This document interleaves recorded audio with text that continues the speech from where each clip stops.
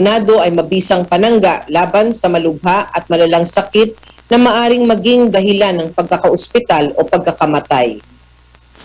The DOH says vaccination is among key factors that enabled a number of regions to shift to Alert Level 1. The rules in transport and public areas are more relaxed under Alert Level 1, but as Chrissy Di Matulak tells us, policies may vary according to the local government. Sonny Velasquez removed the plastic barriers inside his passenger jeepney. On the first day of Alert Level 1 in Metro Manila, Sonny says he's looking forward to his trips for the day. Pabor na pabor po, ma'am.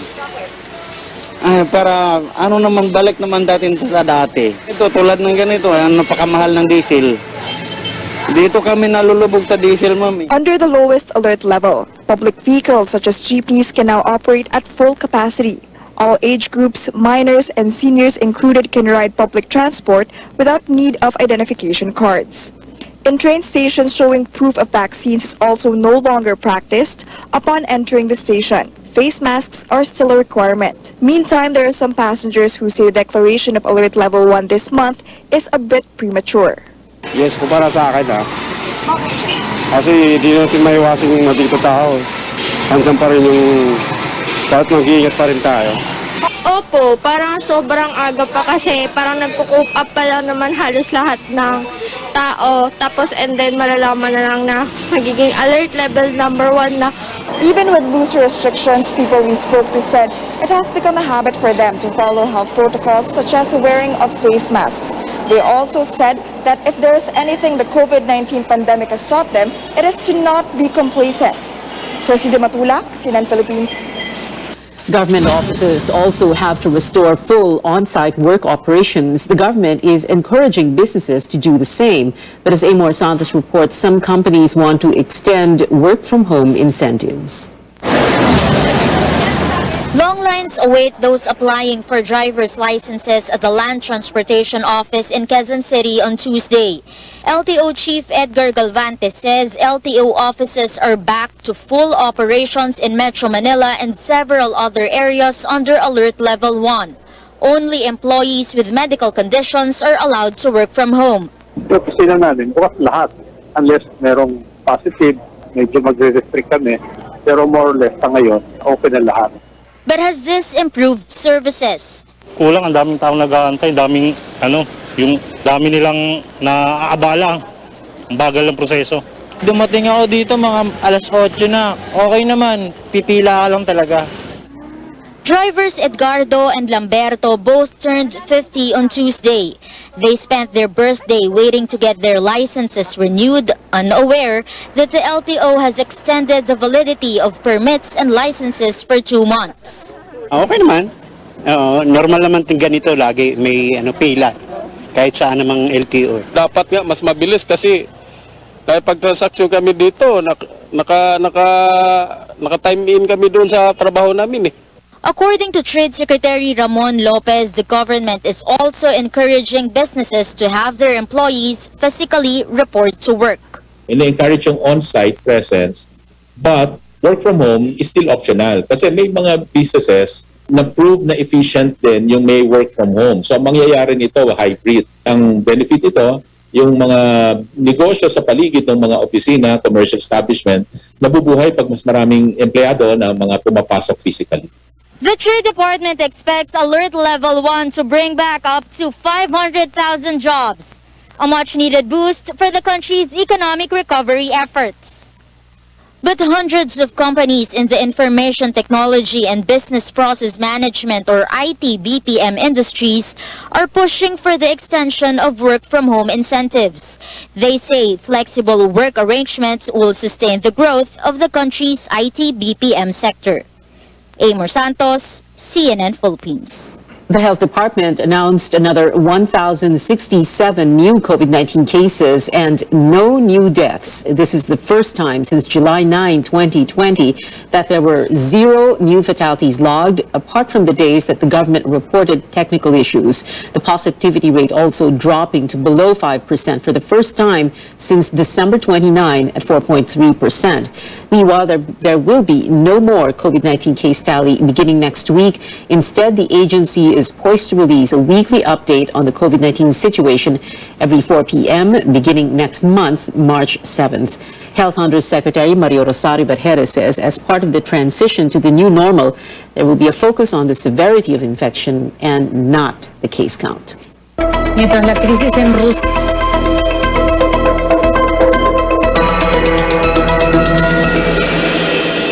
Russia showing no signs of concession as it intensifies its assault on Kiev even after Ukrainian officials demanded a ceasefire. Satellite images show a massive 40-mile-long convoy of Russian forces reaching the outskirts of the embattled capital. At least 9 people were killed after Russia bombarded Kharkiv, the second largest city in Ukraine, with rockets. Several large detonations were heard in Kiev on Monday amid supposed talks in Belarus. U.S. officials fear the worst is yet to come for Ukraine with a looming second wave of attacks, while the Philippines is set to convene security officials in an attempt to escalate response. President Duterte is leading a special meeting for the first time since the crisis broke out. Our Tristan Odalo reports. President Rodrigo Duterte echoes the Philippine position at the United Nations General Assembly condemning Russia's incursion into Ukraine. The president has called for a special meeting to discuss the developments on the Russia-Ukraine conflict. Mr. Duterte will be meeting with select cabinet officials, the military, and the Philippine National Police. We have to tell the younger generations of what is at stake. Our plea in the plenary would really be to join the call for restraint and to de-escalate the violence. I will be calling for a special meeting. We will discuss about what is evolving or what's happening in Europe. The Philippines has voted in favor of a United Nations General Assembly resolution condemning Russia's invasion of Ukraine. In a statement, the Foreign Affairs Department says the civilians must be protected and hostilities must come to an end. Meantime, 13 Filipinos who were able to cross the Poland border from Ukraine are expected to return to Manila on Tuesday. The Philippine Embassy in Poland adds that evacuating Filipinos from Ukraine is now an enormous challenge due to the ongoing crisis which has limited the modes of transportation. To assure you that your embassy is here to assist you and to get you out of harm's way. So sana mas marami kaming makumbinsi sa inyo na umalis na sa Ukraine kasi sa totoo lang po and as we keep telling all the Filipinos na nakamiting namin dito, Ukraine is not going to be the same. It's not going to be the same. So I think kailangan mag-isip, mag-decide. Some Filipinos also evacuated from Ukraine to Moldova, Romania, and Hungary, but the DFA says that these Filipinos prefer to stay in these countries and wait it out until the conflict in Ukraine is over. Tristan Odalo, CNN Philippines. More stories ahead. An official belies claims the Caloocan local government revoked presidential candidate Isko Moreno's campaign permit for political reasons.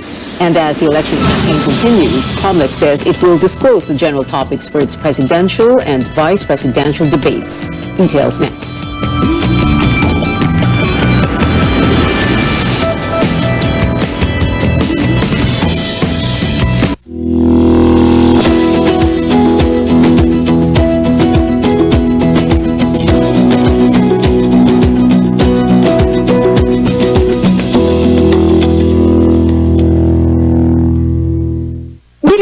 MX3 dahil ito ay napatunayang may alpha, beta, at gamma mangosteen. MX3 capsule helps avoid pain discomfort para iwas sakit. Tested and proven na low sodium, cholesterol-free, at fat-free. Dito ako sa tunay, natural, at original. MX3. Mahalagang paalala, ang MX3 capsule ay hindi gamot at hindi dapat gamiting panggamot sa anumang uri ng sakit.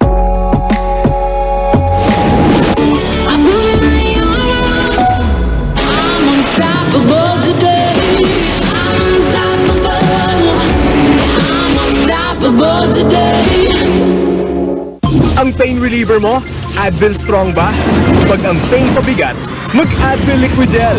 Mas malakas kaysa paracetamol para lakas labanan ang iba't ibang pain. Kaya lakas ginhawa, mag-Advil ka na!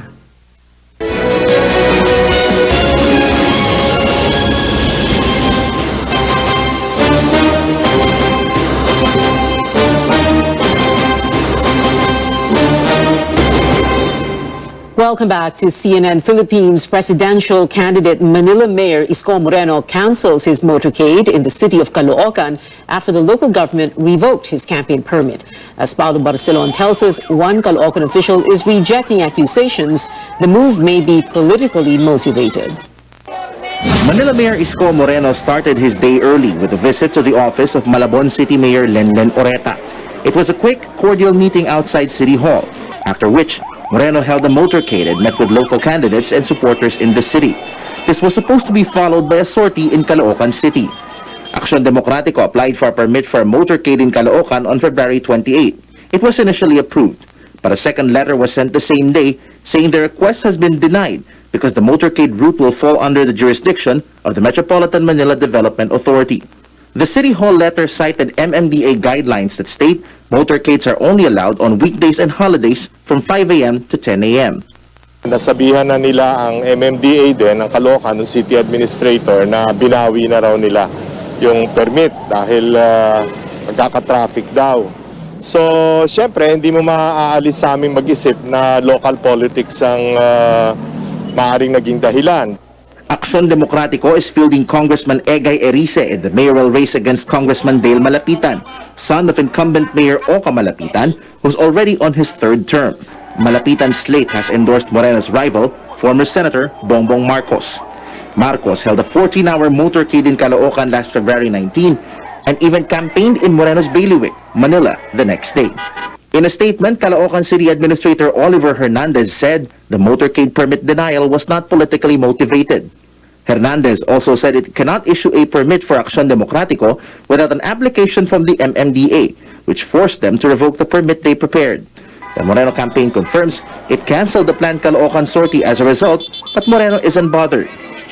Sa ating mga kandidato sa Maynila, welcome kayo. Hindi nyo na kailangan ng permit. Mga kandidato senador, vice president, at saka mga party list at president. In contrast, Senator Manny Pacquiao's motorcade in another part of Caloocan City pushed through today. Hernandez says Pacquiao was granted a permit because they complied with both MMDA and LGU requirements, and that their motorcade only passed through inner roads under their jurisdiction. Just yesterday, Pacquiao held a motorcade in Pasig, whose mayor, Vico Soto, is the executive vice president of Moreno's Aksyon Demokratiko. Paulo Barcelon, CNN Philippines.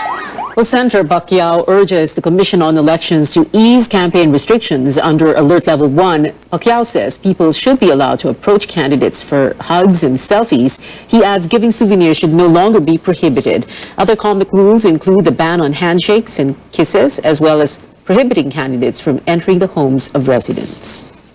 I hope na marinig tayo ng Comelec, mag-adjust sila para hindi naman mahirapan yung nangangampanya. Kaya nga tinawag itong kampanya, kailangan makipagkamay, makipag-peace bomb ang isang kandidato. Luwag-luwagan naman nila. Pati yung pagbibigay ng mga t-shirt, pinagbabawal. Dapat mabago nila yung ano nila para paniwala naman. The capacity in indoor or outdoor campaign venues also remains at 70%, even under Alert Level 1. Vehicles joining motorcades may operate at full capacity, provided only candidates or campaign supporters who come from the same household share a ride. As far as everything else is concerned, the campaigns, we're already at minimum health protocols, which wala naman na tayong marirelax pa dyan.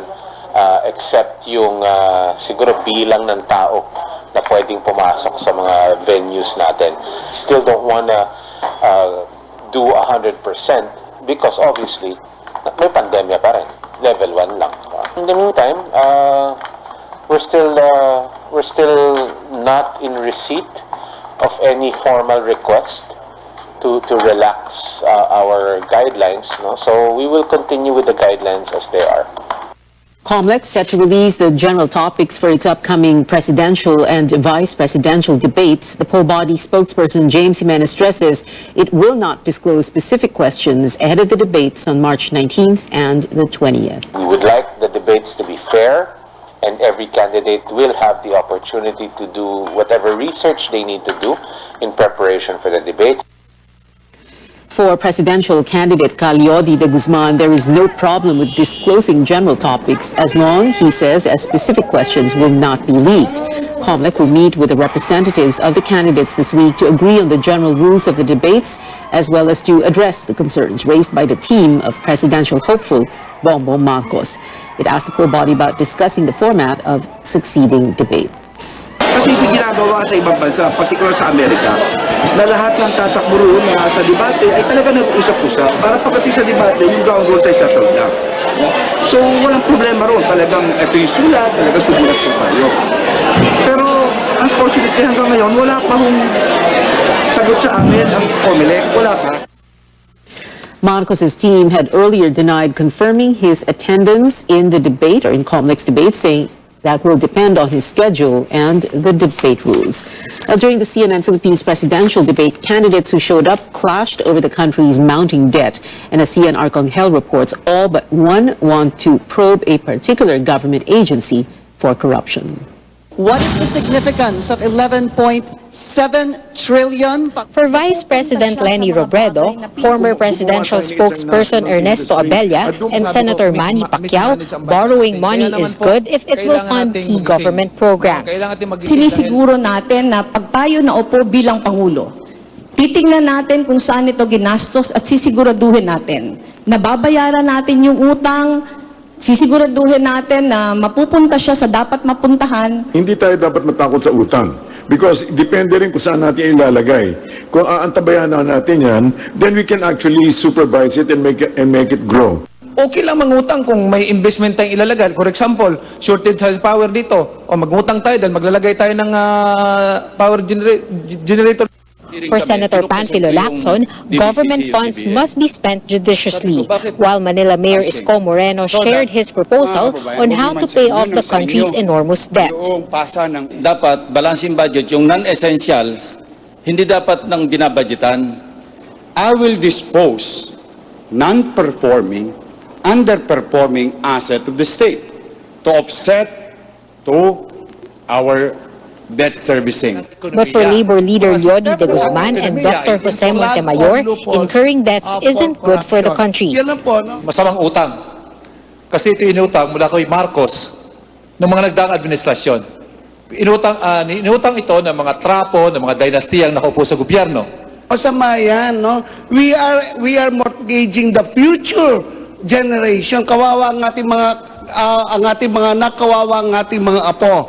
On the issue of corruption, presidential bets gave the same answer on which government agency should be investigated first for wrongdoing. Kay Secretary Abella, ang sagot po ninyo, BOC, Bureau of Customs. Customs din kay Calyodi, Customs din kay Mayor Isko. Customs kay Secretary Bert and Bureau of Customs kay Senator Ping. Si Mr. Pakitaas lang po ulit ha, sorry. Pakitaas lang po.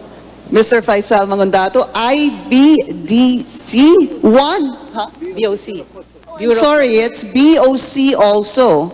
Okay, yan ang unang-una, na kaya may number 1. Si Dr. Montemayor, Bureau of Customs also. Senator Pacquiao, kayo po. Ay, isa lang po. Pili kayo ng isa. What is the first one? Department of Health for Senator Manny Pacquiao, and for Vice President Leni Robredo, yung una po, Bureau of Customs as well. Pacquiao also mentioned the Bureau of Customs, but it was fourth on his list. In a statement, the Customs Bureau said it welcomes and supports all investigations. CN Arcangel, CNN Philippines. From the clash of the presidential contenders to the face-off of the VP candidates, Paige Javier takes us behind the scenes before and after the cameras started rolling. It was like the calm before the storm ahead of the CNN Philippines vice presidential debate. Gone were the usual pageantry as the candidates quietly arrived at the venue. Rizalito David was the first, arriving without staff unlike most of his opponents. The rest of the candidates followed suit, having their own pre-debate rituals. While some bets used the free time for last-minute review, Dr. Willie Ong and David exchanged pleasantries with their opponents. Senate President Tito Soto prayed. All eyes were on Soto and Senator Kiko Pangilinan, whose families are caught in between the vice presidential bets. Their wives, showbiz personalities Helen Gamboa and Sharon Cuneta, are related. Soto and Pangilinan often spoke on stage and off stage, showing that there's no bad blood between them. Nag-uusap naman kami, magkasama kami sa Senado. My wife and my daughters, iba ang thinking nila. This is a, sabihin na natin, a friendly fight in that regard. And nasa level ng pagiging professional. 7 out of 9 vice presidents. The calm was replaced by the storm when the lights and cameras went on. Former Akbayan Party List Representative Walden Bello started and ended the debate with a bang. Mayor Sara Duterte, why are you not here to defend your positions? I'm really terribly sorry that Mayor Duterte is not here to face the people. She is a coward, just like Bongbong Marcos is a coward. Even after the debate, Bello continued his tirades against Duterte. Why are you scared of showing up in public? Hinahamon ka namin sa debate? Huwag ka nang duwag. Duterte spokesperson Liloan Mayor Cristina Frasco said they have no comment. Bello then targeted Soto and Pangilinan on new laws and the maritime row. You said that you are going to align with the Quad. No, Senator. No, that is not saying that is consist. He never dissented from any major legislative push by the President. Kaya hindi independent ang kandidatong ito. Bello's microphone was temporarily muted when he interrupted other candidates. I was not looking for a fight, but if lies or if misimpressions are being told, then I have to correct them. Yun ang batas, yun ang... Soto and Pangilinan remain unfazed despite taking the heat from Bello. Kasama sa debate yan. Kasama ang minsan talagang manghang na palitan ng salita. Is probably misunderstood some things or perhaps dahil wala si Sara Duterte, akong kursunada niya. Bello did not throw punches against other candidates. He only attacked latest survey frontrunners Duterte, Soto, and Pangilinan. This debate may be done, but the battle is far from over. The vice presidential bets are saving the knockout punch to hopefully win the Filipino vote. Paige Javier, CNN Philippines. In a statement issued Monday night, Sara Duterte spokesperson Liloan Mayor Cristina Frasco said the mayor decided to campaign without attending debates. Franco also said the presidential daughter wants to work on the ground to win votes and not limit her exposure to tweets and sound bites. Well, did you miss the live broadcast of the CNN Philippines presidential and vice presidential debates? You can catch the replays of the presidential debate on Saturday at 10 a.m. and Sunday at 8 p.m. The VP debate will rerun on Saturday at 7 p.m.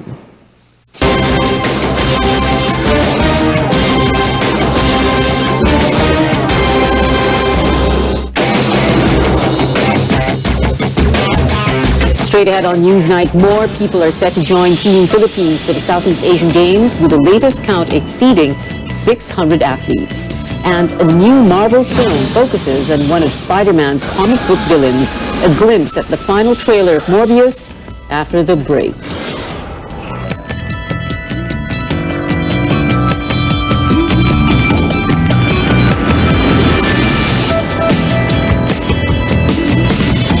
Araw-araw, palakasin ang resistensya. Ano man ang dumating, mag-Diabetasol. May vitamins pamparesistensya at Vitadigest pang-manage ng blood sugar at gutom. Kaya't huwag mag-diabetes. Mag-Diabetasol. Toothpaste ba panlinis mo ng pustiso? Magdudulot ito ng gasgas na maaaring pamahayan ng bakterya. Ang pustiso ay mas malambot kaysa totoong ngipin. Use Polident Cleanser that kills 10 times more bacteria than regular toothpaste. Polident. Happy birthday! Pag ganitong drama, ang cute. Pero di cute ang dramang dala ng lagnat. Mag-paracetamol Calpol. Works within 15 minutes. Gentle sa tiyan. Doctor prescribed paracetamol Calpol.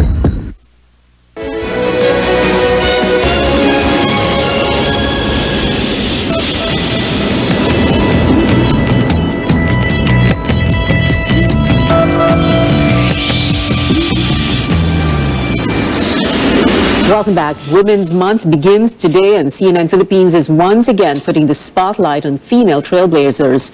Among them, Vice President Leni Robredo, the highest female government official in the country and the only presidential candidate this year who is a woman. We asked Robredo how the government can further empower Filipinas. Ang dami pa natin kailangan gawin para yung mga kababaihan natin lalong ma-empower. Yung number one sa akin, economic empowerment. Yung opportunities para sa mga kababaihan na makapaghanap buhay kahit nag-aalaga ng mga pamilya. Nakita ko ito sa ang daming mga tinulungan ko na mga victims of domestic abuse. Na talaga yung economic empowerment, ito yung nagpapalakas sa kanila. And ang gobyerno kailangan siguruhin na yung opportunity na yun binibigay natin sa ating mga kababaihan. Robredo was also the lone female candidate for vice president in 2016. Well, more athletes will be wearing the country's colors at the Southeast Asian Games, with a number of competitors now at 656. That's a jump from the 584 athletes the Philippine Olympic Committee reported in January. They will compete in 44 events that are part of 39 out of 40 sports in this year's Games. POC says it has yet to receive the list of participants for athletics, men's 3-on-3 and 5-on-5 basketball, weightlifting, and jiu-jitsu.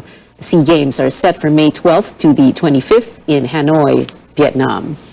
Another origin story, this time from one of Marvel's anti-heroes. The final trailer for Morbius, starring Jared Leto, is out, with more on the scientist-turned-vampire's efforts to resist his monstrous new urges.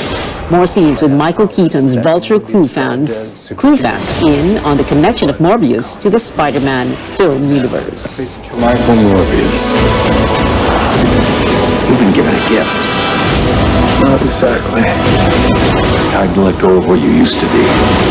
Discover who you're meant to be. All our lives we've lived with death. Why shouldn't they know what it feels like for a change? Just accept who you are. The bad guy.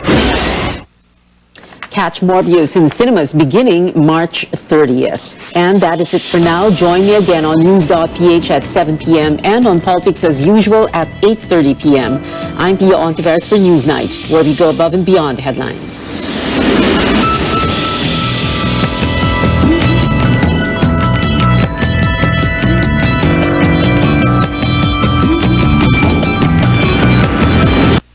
This program is brought to you by RPN Regional AM radio stations nationwide welcomes CNN Philippines, a first on radio. To bring you the latest news you can use, news you can trust. Listen to Newsnight, weekdays, 6 p.m. We now go above and beyond the headlines. Followed by Med Talk, Health Talk. We'll talk about how to keep ourselves healthy during the pandemic.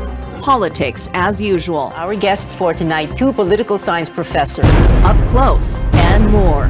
Catch CNN Philippines Hour in all RPN AM radio stations. Weekdays, 6 to 7 p.m. DYKB Radio Ronda.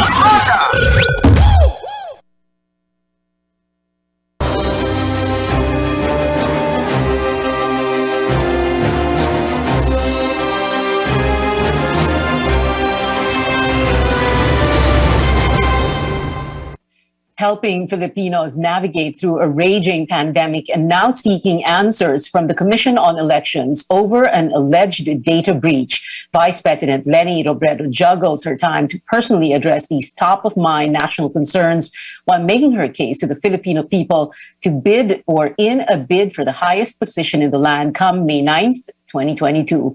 We now have the Vice President herself for an up-close interview here on Newsnight. Good evening, ma'am, and thank you very much for joining us. Let's begin with this the pandemic, of course, that is really top of mind. We understand that you don't like the or appreciate the government policy of no vaccination, no ride. As a matter of fact, you say what is important is to ramp up vaccination. What we need to do is to inform and incentivize. Can you explain more about that? You know, Pia, we have been having Vaccine Express in many parts of the country. And from our experience, hindi kailangan takutan eh. From our experience, kailangan mo lang talagang tiyagaan to educate people. You have to make sure that yung vaccination accessible to them. And pangatlo, talagang to incentivize. I will give you a very specific example. We did the vaccination in Capas Tarlac for the Aita community. Before we went, we were already being warned that ayaw ng Aita community magpabakuna.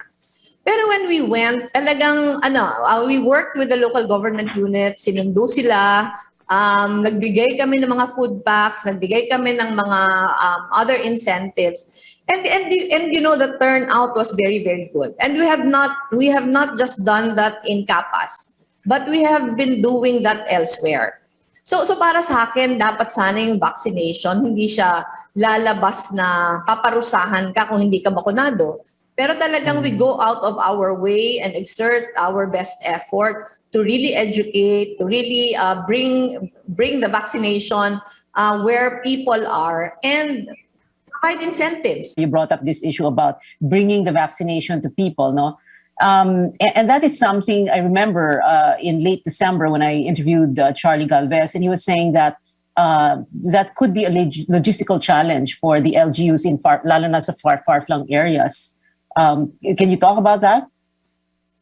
Totoong logistical challenge siya, Pia, pero government should not do it alone. Our Vaccine Express initiatives, we were able to do a lot of things because we have been partnering with the private sector. Sa amin, Pia, hindi siya naging mahirap. Hindi siya naging mahirap because all our initiatives has really been a collaboration, not just between our office and the private sector, but also with the local government unit. Okay. Ma'am, about a week, was that a week or 2 weeks ago, I remember you were very upset with allegations on social media that one of your daughters had skipped or cut quarantine or something or other. And also, after Christmas, before New Year's, ang daming nagalit doon sa Poblacion Girl and yung isa pa, no? Pero nakasuhan din naman yung dalawa. The question here is, how should we move forward on something like this when there are, alleged blatant disregard for the rules? How do we appeal to Filipinos, to our citizens, to, parang integrity yan eh. Pwede na, integrity is what you do even when no one is looking, right? Ito, Pia, dapat natuto tayo from the lessons na yung Poblacion Girl incident gave us. Nung sumabog yon, marami yung naglabasan. Apparently, it has been happening already. So gusto ko sabihin, may problema tayo sa implementation. Kasi yung protocols naman are in place. Kaya sa akin, Pia, kailangan we should have learned from that lesson kasi it was very costly for us. So yung sa akin, halimbawa, ito personal experience, Pia, na yung mga anak ko traveled from the US, dumating sila on the 20th, na-swab sila on the 24th, lumabas yung kanilang results on the 25th. Sa tatlo kong anak, isa yung nag-positive. So my daughter was telling me na tinawagan siya ng Bureau of Quarantine. The protocols were explained to her. Ang advice sa kanya, isolation facility. So klaro yung mga protocols. So after checking out of the hotel, she went straight to the isolation facility. And nung nasa isolation facility, meron mga protocols in place. She was still required to do home quarantine for another 6 days. So kung nasusunod lang sana ito, Pia, maayos lahat. Halimbawa yung sa anak ko, walang nahawa in the family. Na-control yung spread of the virus. The main reason why nangyari yung Poblacion Girl incident, kasi may nagsiskip ng protocols na kung hindi sumabog, hindi ma-reveal yung mga gaps in the implementation. Which is also why kinasuhan na nga several people and groups. No, but ma'am, my last question before we go to a break, if you were to win the election, what is the first thing you would do to address the pandemic on day 1, June 30? Minutes after taking your oath, for example, if you were to win. Ako, Pia, talagang yung pinaka-first agenda is freedom from COVID. If we are able to control the transmission of the virus, it will set everything else in motion. So, eto yung first major step towards full recovery. And then we need to ensure the availability of jobs and livelihoods as we begin to make our way forward in the new normal. I think in mid-November, we put out our kalayaan sa COVID plan already. And in December, we put out our Hanap Buhay para sa lahat. It's available sa lennyrobredo.com. And yung sinasabi natin, the core principle of this plan is ensuring that progress is felt in the communities. And really that begins with jobs. Yung kalayaan sa COVID, kabahagi doon yung getting the economy back on its feet, making sure that the healthcare system will be resilient moving forward, and yung education, grabe yung damage to the education of our children. 2 years na, Pia, 2 years na hindi talaga nakakapasok yung marami sa ating mga So talagang ito yung mga priorities natin.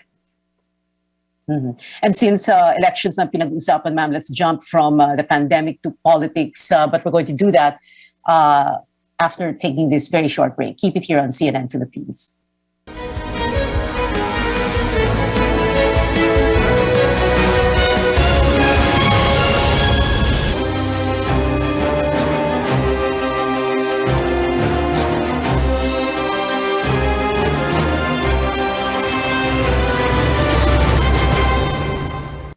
Welcome back. This is Up Close with presidential aspirant VP Leni Robredo.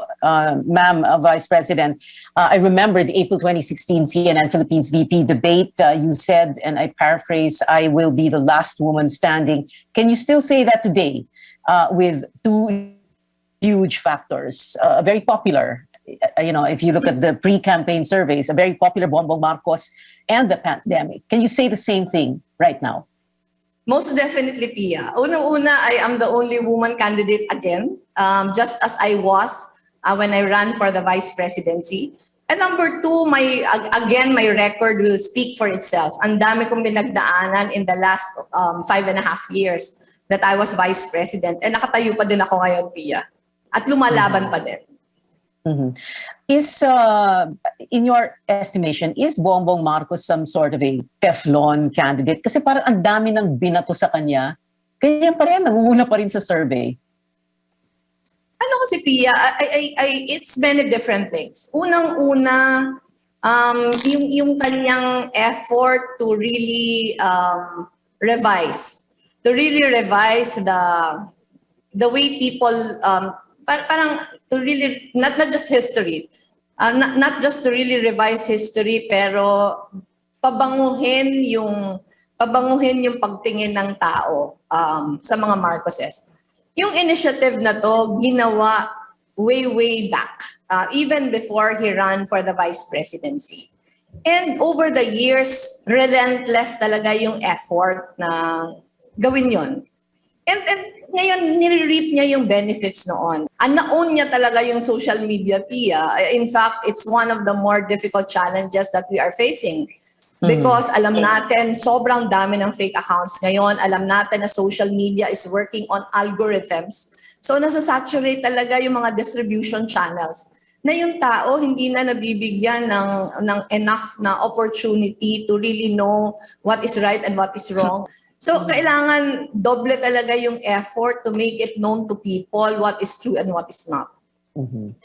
Do you think, or should he be disqualified, or do you want him disqualified? Because many of those who believe in you and will vote for you want him disqualified for reasons that were used to file those DQ cases against him, or the petitions to cancel his COC. Or do you want to slug it out with him this May 2022? I remember you said you wanted na yung kalabanin talaga siya.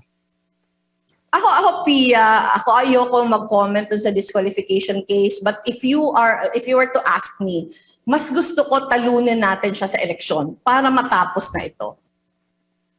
Mas gusto niyong talunin siya sa eleksyon. Anong matapos na ito? Ano yung ito doon? Yung narrative kasi, Pia, kung naalala mo, yung narrative, kung naalala mo, nung natalo ko siya sa eleksyon, dahil inuun niya yung social media, ang daming naniniwala na dinaya ko siya. Kahit ilang beses pa ako nanalo sa Supreme Court, ito yung narrative na pinupush niya. So kailangan talagang talunan siya sa susunod na eleksyon para once and for all, mahinto na yung ginagawa niya na pagpapapaniwala sa tao nung narrative na gusto niyang i-push.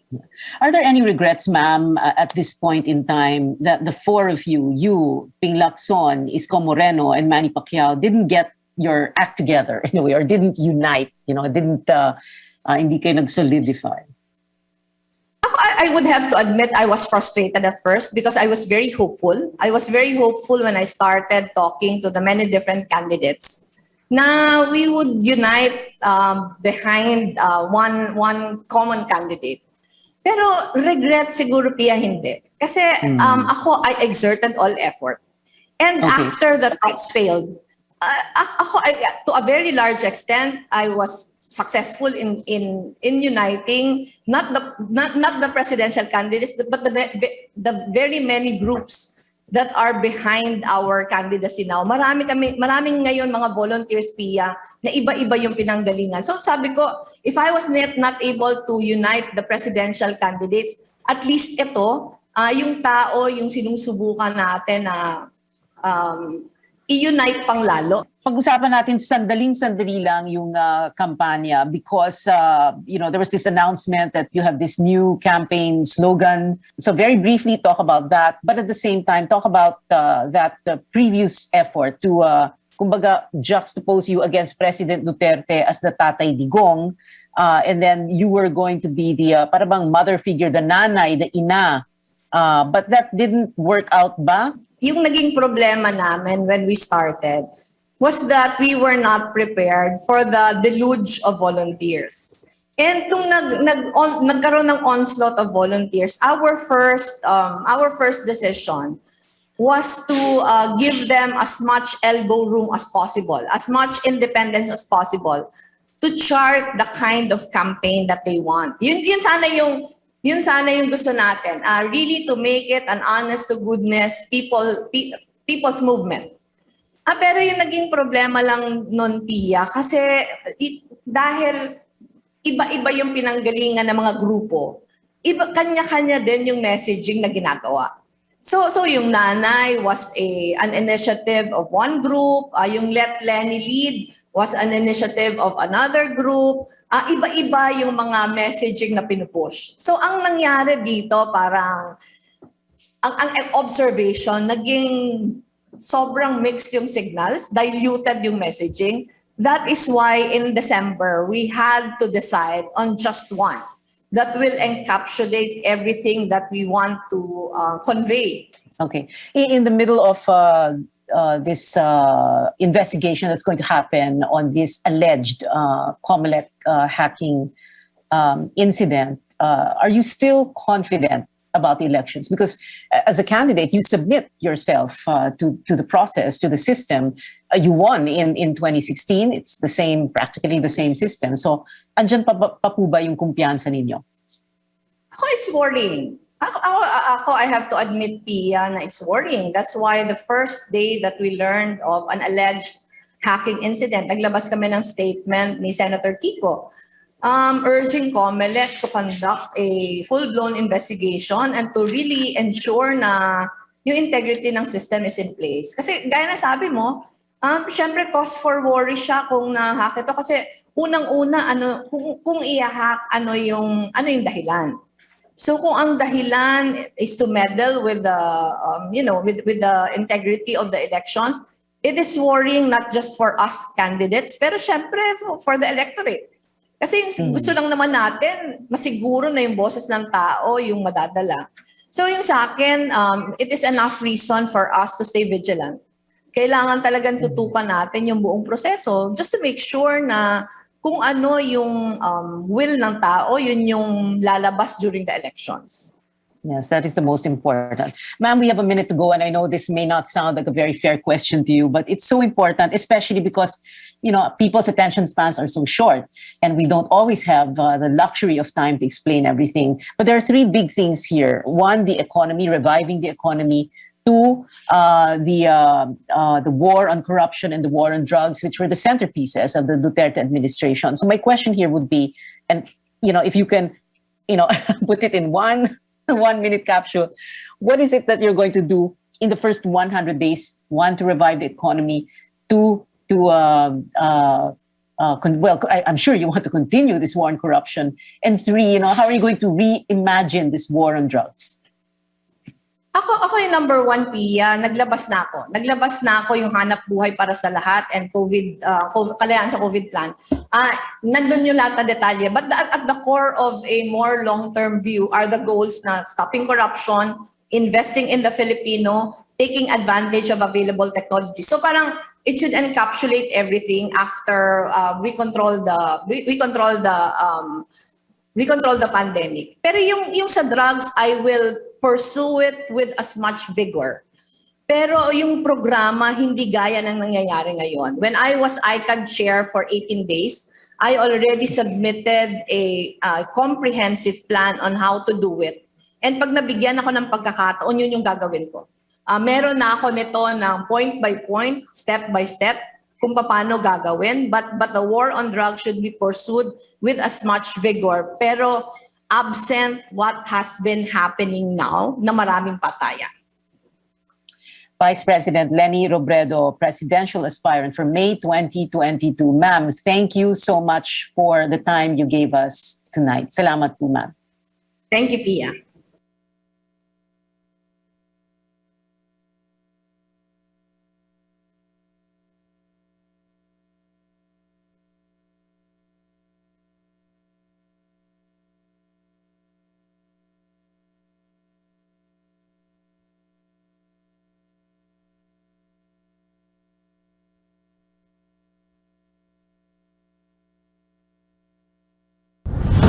RPN Regional AM Radio